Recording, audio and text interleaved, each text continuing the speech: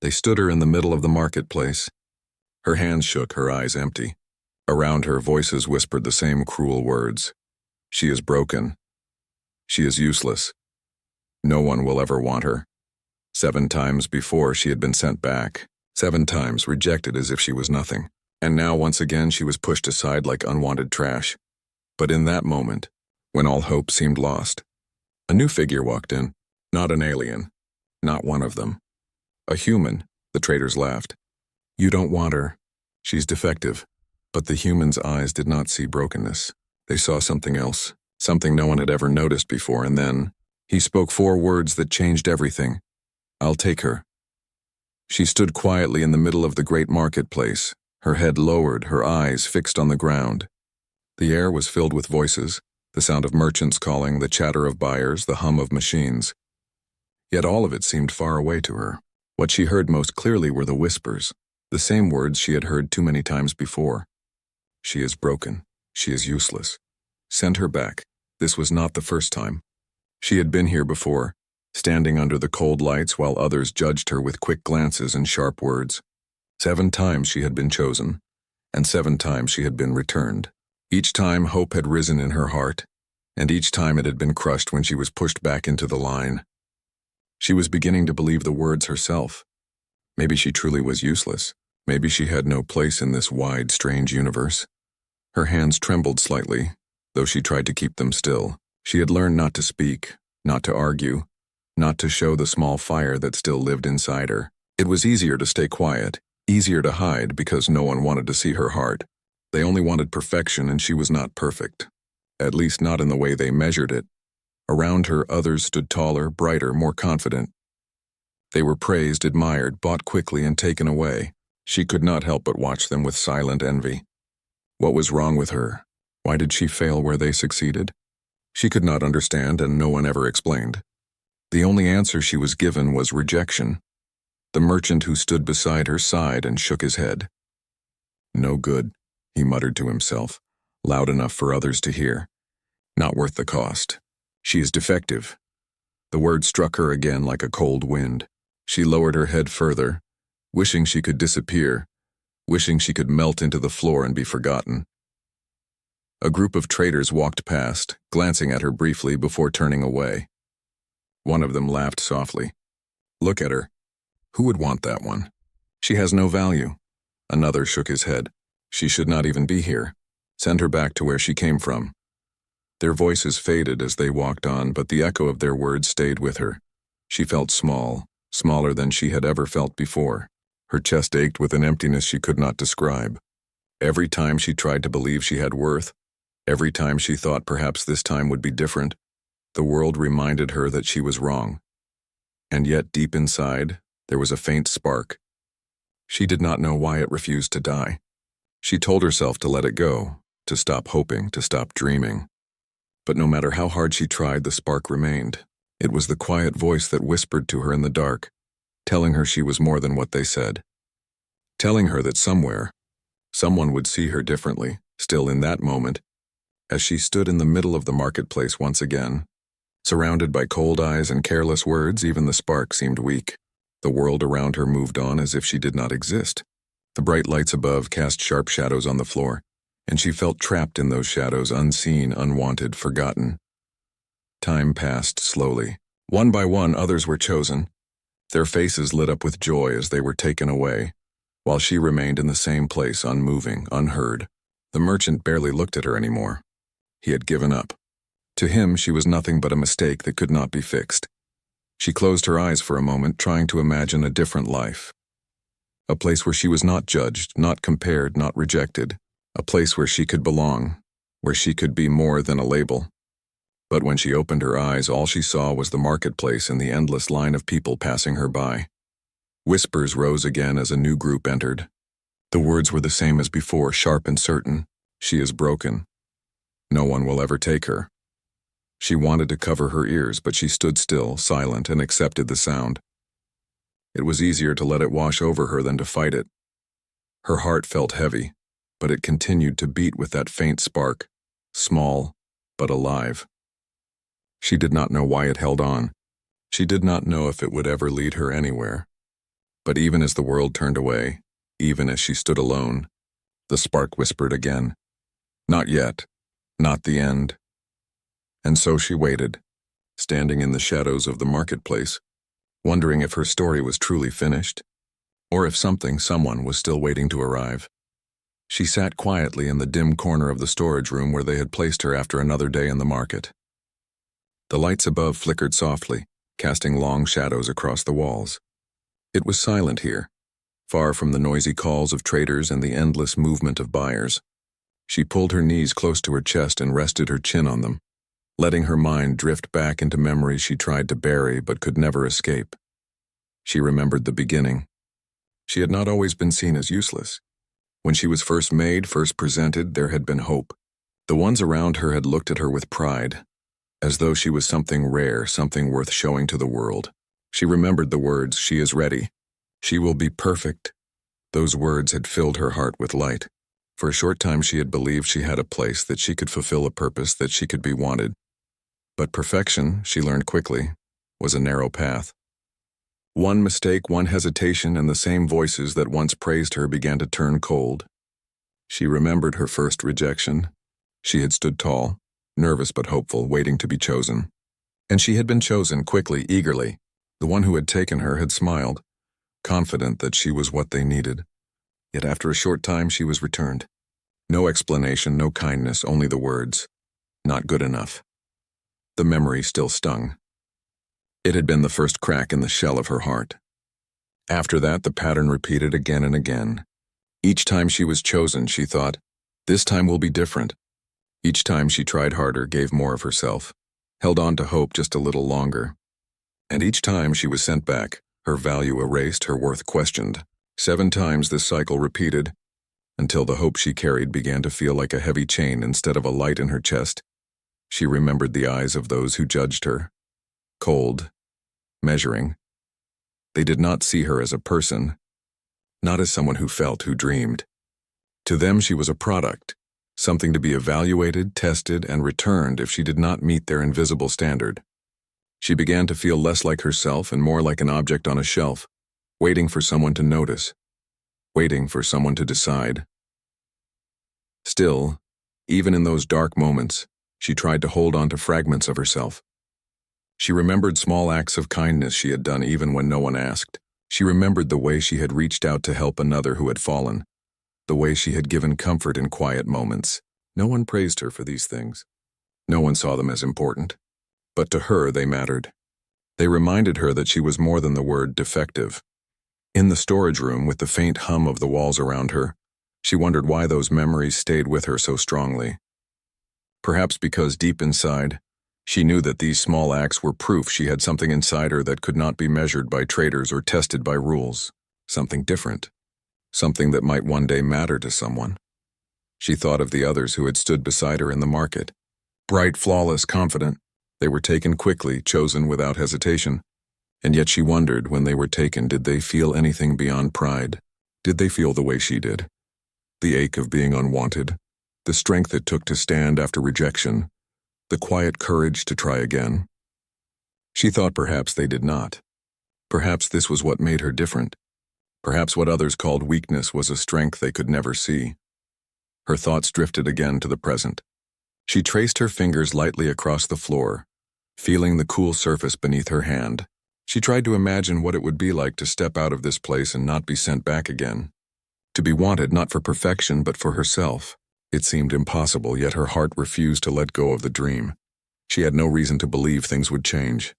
7 times had proven the same story again and again, and yet she could not silence the quiet whisper inside her. It was as if her heart knew something her mind did not. It told her to wait, to endure, to hold on, because perhaps her story was not finished yet. She lifted her gaze to the faint light above her, her eyes reflecting the smallest spark. The world had called her useless, but deep down she believed she was more. She could not explain why she felt this way. She only knew that if someone, anyone, looked at her with true eyes, they might see what the others had missed. She closed her eyes and allowed herself to imagine it for just a moment. A hand reaching out, not to measure or judge, but to accept. A voice, gentle and certain, saying she was enough. She let the thought stay in her mind, even as doubt pressed against it. because even after everything she wanted to believe. And so she sat in the quiet waiting, not for perfection, not for approval, but for something real. She did not know how long she would wait, or if it would ever come. But she knew one thing for certain. She was not finished. The next day began much like the ones before. The market was alive with sound and color, filled with the same merchants calling out their offers and the same endless stream of buyers walking past without ever slowing to glance her way.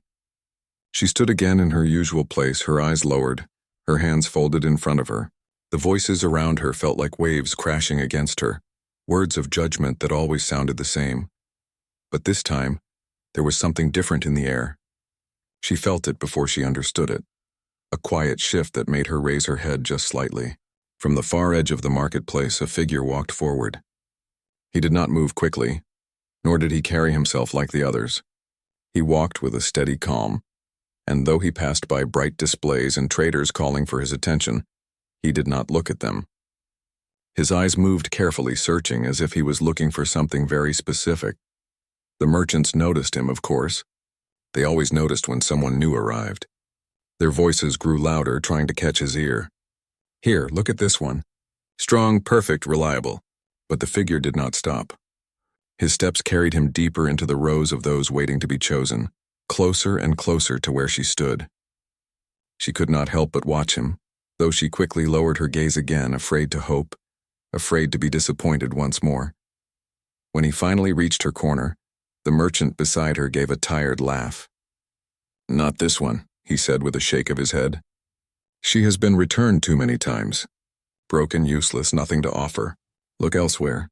You do not want her." His voice was firm, as though the decision was already made, as though he was protecting the buyer from wasting time. But the figure did not turn away. He stopped directly in front of her. She could feel his eyes on her, studying, not in the sharp, critical way she had grown used to, but in a quiet, thoughtful way. She hesitated before lifting her eyes to meet his. For the first time, she saw something she had never seen before. Not cold judgment, not disappointment, but curiosity. A question lived in his gaze, as if he was searching for a truth only she could give. Her breath caught. No one had ever looked at her like that. The merchant, growing impatient, spoke again. "I told you she is no good. 7 times she was taken and 7 times sent back. You will regret it if you waste your credits on her." His words were harsh in tone, but the figure in front of her did not move. He continued to study her, silent, as though the merchant's warnings were nothing more than background noise. She felt her heart beating faster, though she tried to remain still. Why was he looking at her this way? What did he see?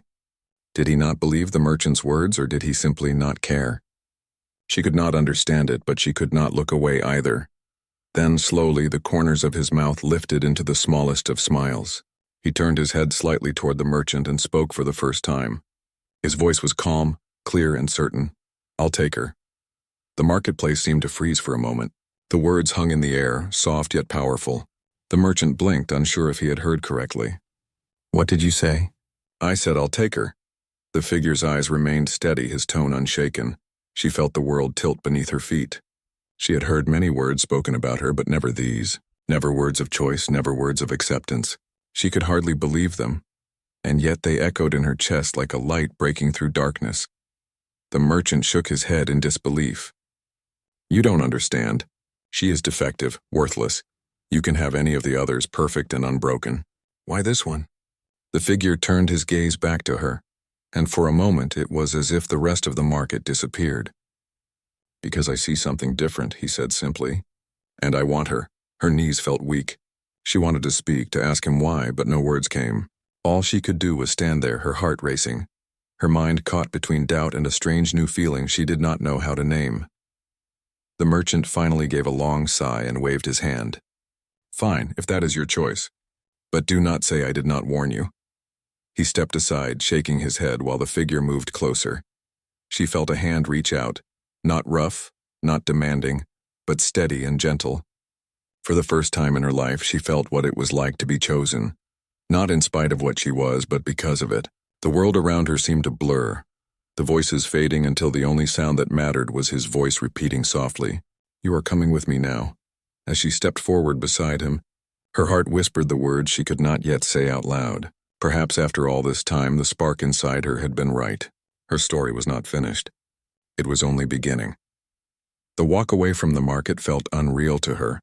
The noise of the traders grew softer with every step, fading into the distance until all she could hear was the sound of their footsteps on the stone path. She kept her head lowered, afraid to meet his eyes again, afraid this was only a dream that would vanish if she looked too closely. For so long she had been returned, dismissed, sent back to stand in the shadows.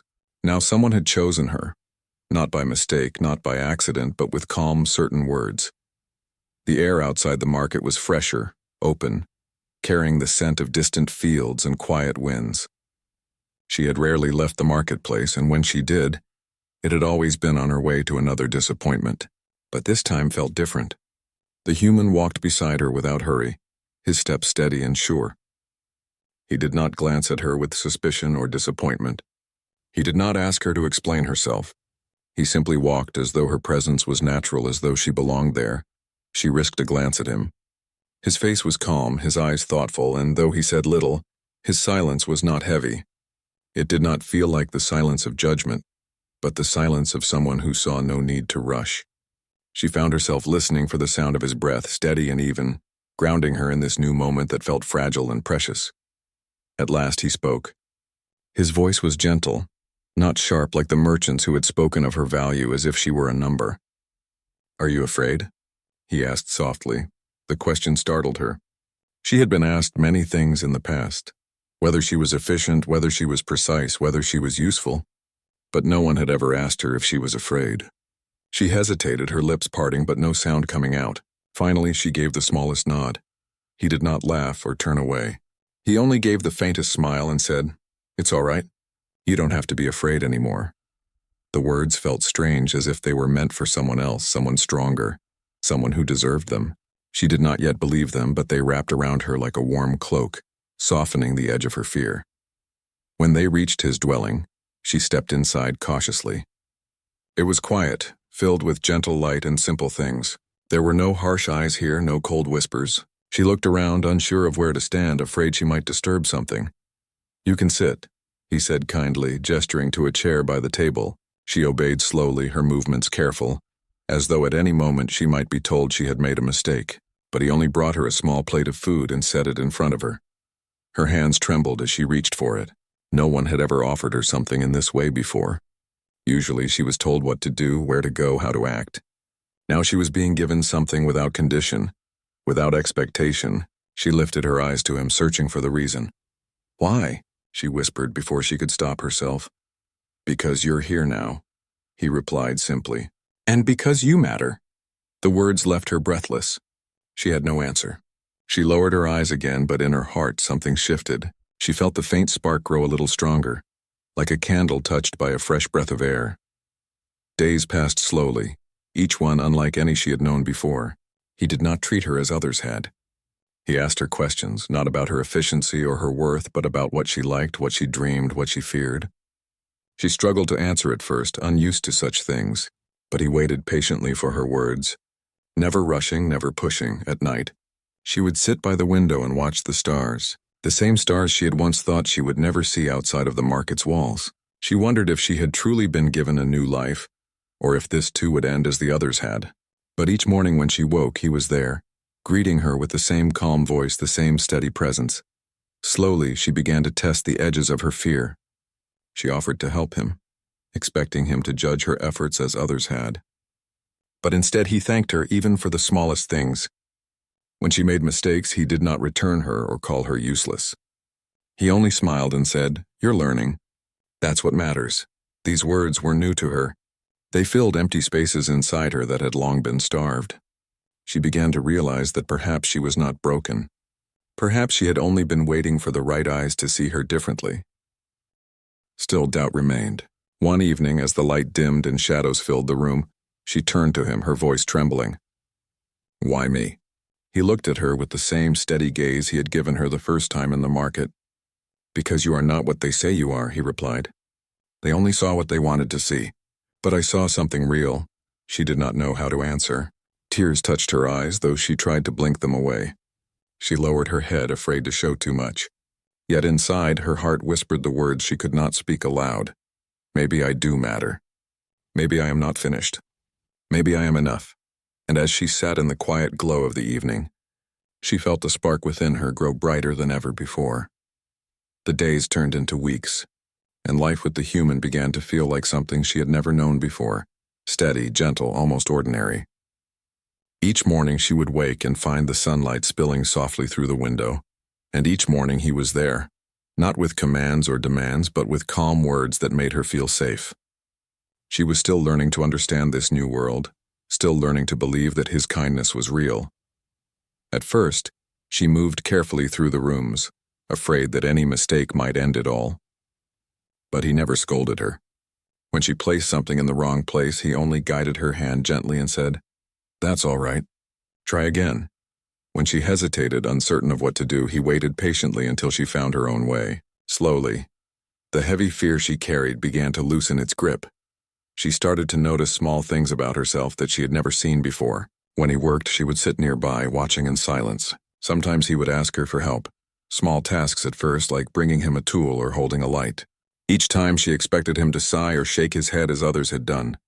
But instead he smiled, as if her effort mattered more than the result. It was in these small moments that she discovered something hidden inside her. She was careful in ways others were not.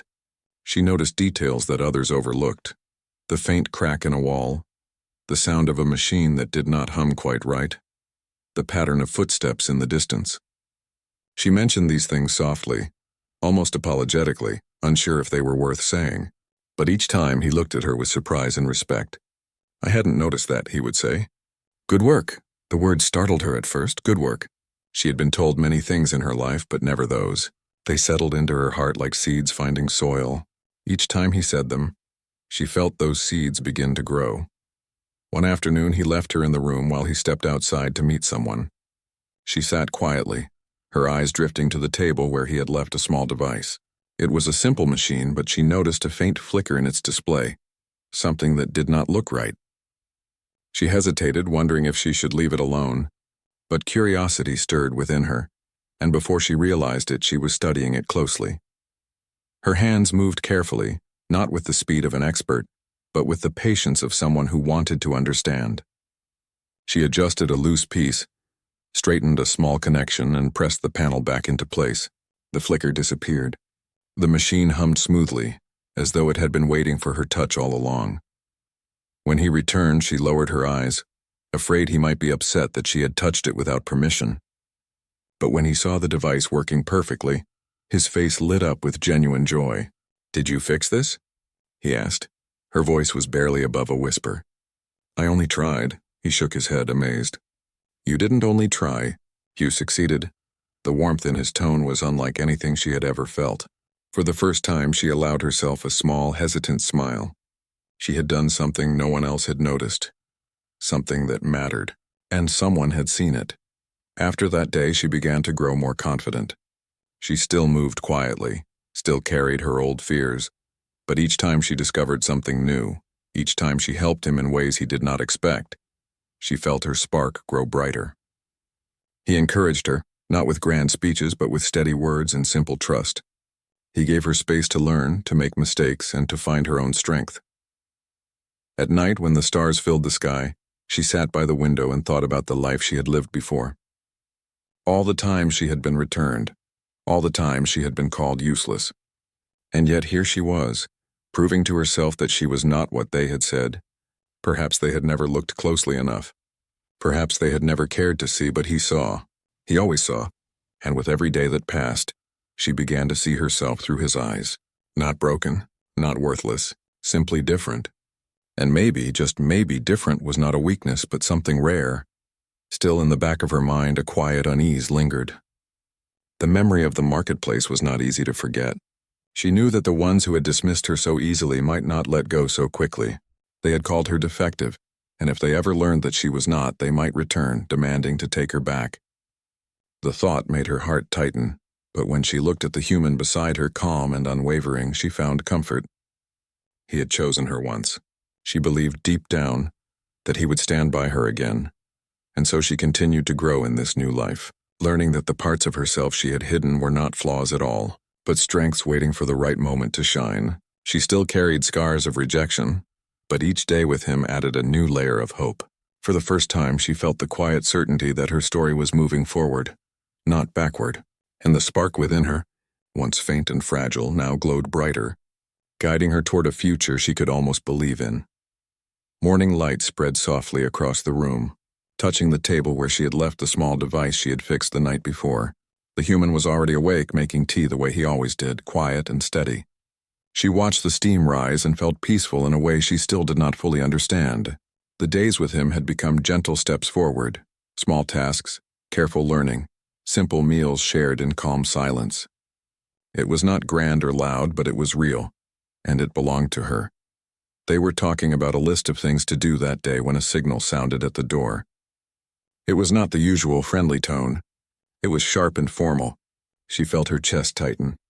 The human gave her a calm look, then opened the door. 3 traders stood outside wearing neat coats and neutral expressions. Behind them, a transport waited at the street's edge with its lights on.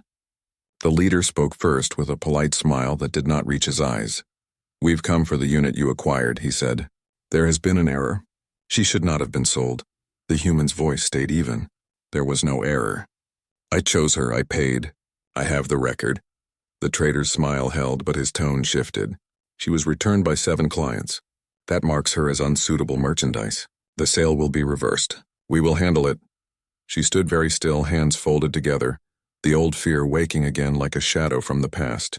For a moment the room felt smaller, the light dimmer, the air harder to breathe. The words she had heard all her life pressed in around her. Not good enough, not worth it, sent back.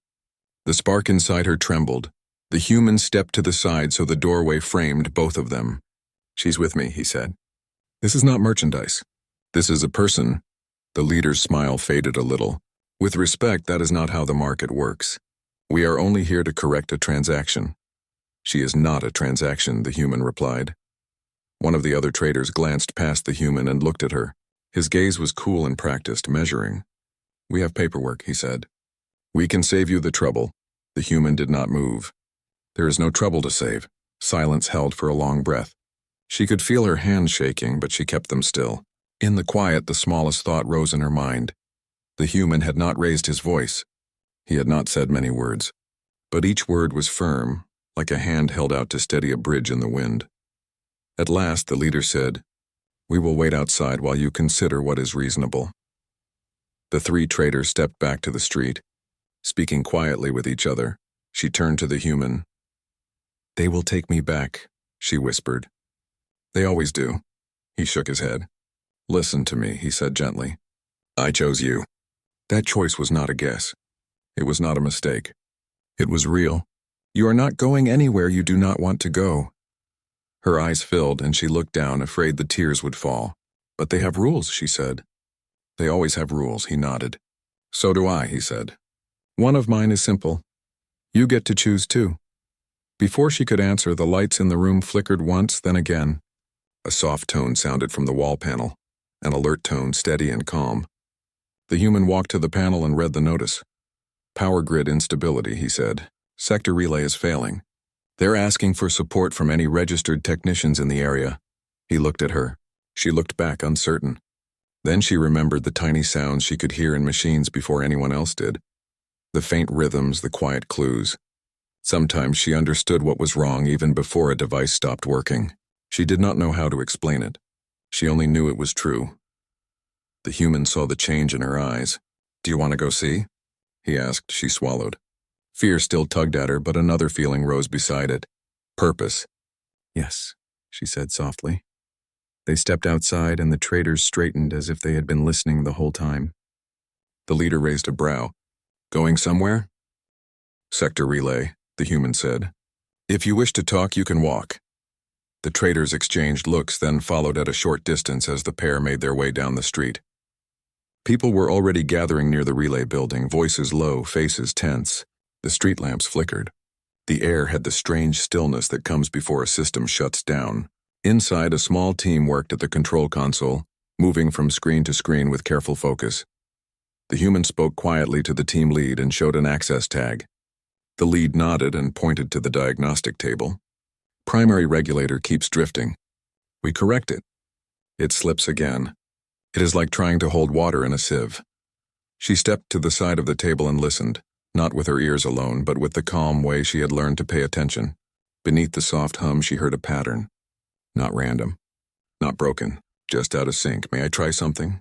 She asked. The technicians hesitated. The team lead glanced at the human. He gave a small nod. You can trust her, he said.